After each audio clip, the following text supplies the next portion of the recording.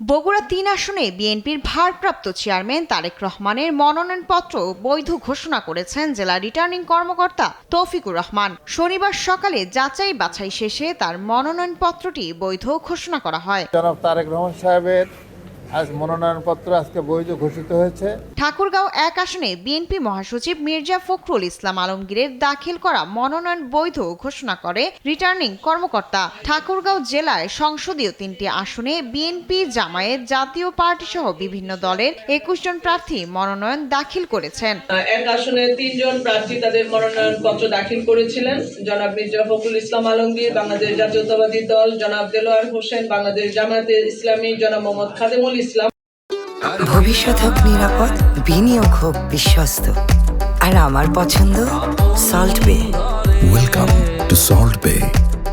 শরীয়তপুর ৩ আসনে দাখিল করা হেভিওয়েট প্রার্থী মিয়া নুরুদ্দিন অপুর মনোনয়ন বৈধ ঘোষণা করেছে রিটার্নিং কর্মকর্তা।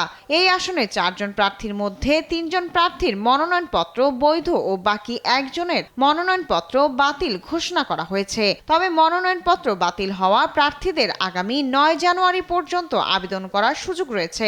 আমাদের শরীয়তপুরের ৩, ভেদরগঞ্জ, ডাবড্ডা, গোসেরাট, এখানকার বিএনপির প্রার্থী হলো জনাব নুরুদ্দিন অপু। জামালপুর ১ আসনে মনোনয়ন বৈধ হয়েছে বিএনপি মনোনীত প্রার্থী এম রশিদুজ্জামান মিল্লাতের। নির্বাচনের যে বিধিমালা রয়েছে সেগুলি মেনে চলে আমরা নির্বাচনটি সুষ্ঠুভাবে সম্পন্ন করতে চাই। দিনাজপুর ৩ সদর আসনে বাংলাদেশ কমিউনিস্ট পার্টির প্রার্থী অমৃত কুমার রায়ের মনোনয়নপত্র বাতিল করা হয়। বাকি ৯ জনের মনোনয়নপত্র বৈধ ঘোষণা করা হয়। সাবেক মাননীয় প্রধানমন্ত্রী মরহুমা বেগম খালেদা জিয়া তার এই প্রক্রিয়ার মধ্যে নিয়ে আসার সুযোগ নেই। কুমিল্লায় ১১টি আসনের মধ্যে কুমিল্লা ৭ থেকে ১১ আসনে যাচাই বাছাই কার্যক্রম হয়েছে।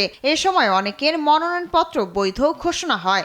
মনোনয়নপত্র বাছাই পর্বে সঠিক হয়েছে, বৈধ হয়েছে। রাজশাহীর ৬টি আসনের সংসদ সদস্য প্রার্থীদের মনোনয়নপত্র যাচাই বাছাই শেষে প্রাথমিক প্রার্থী তালিকা প্রকাশ করা হয়েছে। বরিশালের সংসদীয় ৬টি আসনে ৪৮ জন প্রার্থীর মধ্যে ৬ জনের মনোনয়নপত্র বাতিল হয়। শায়লা খান, নিউজ ডেস্ক, দেশ টিভি।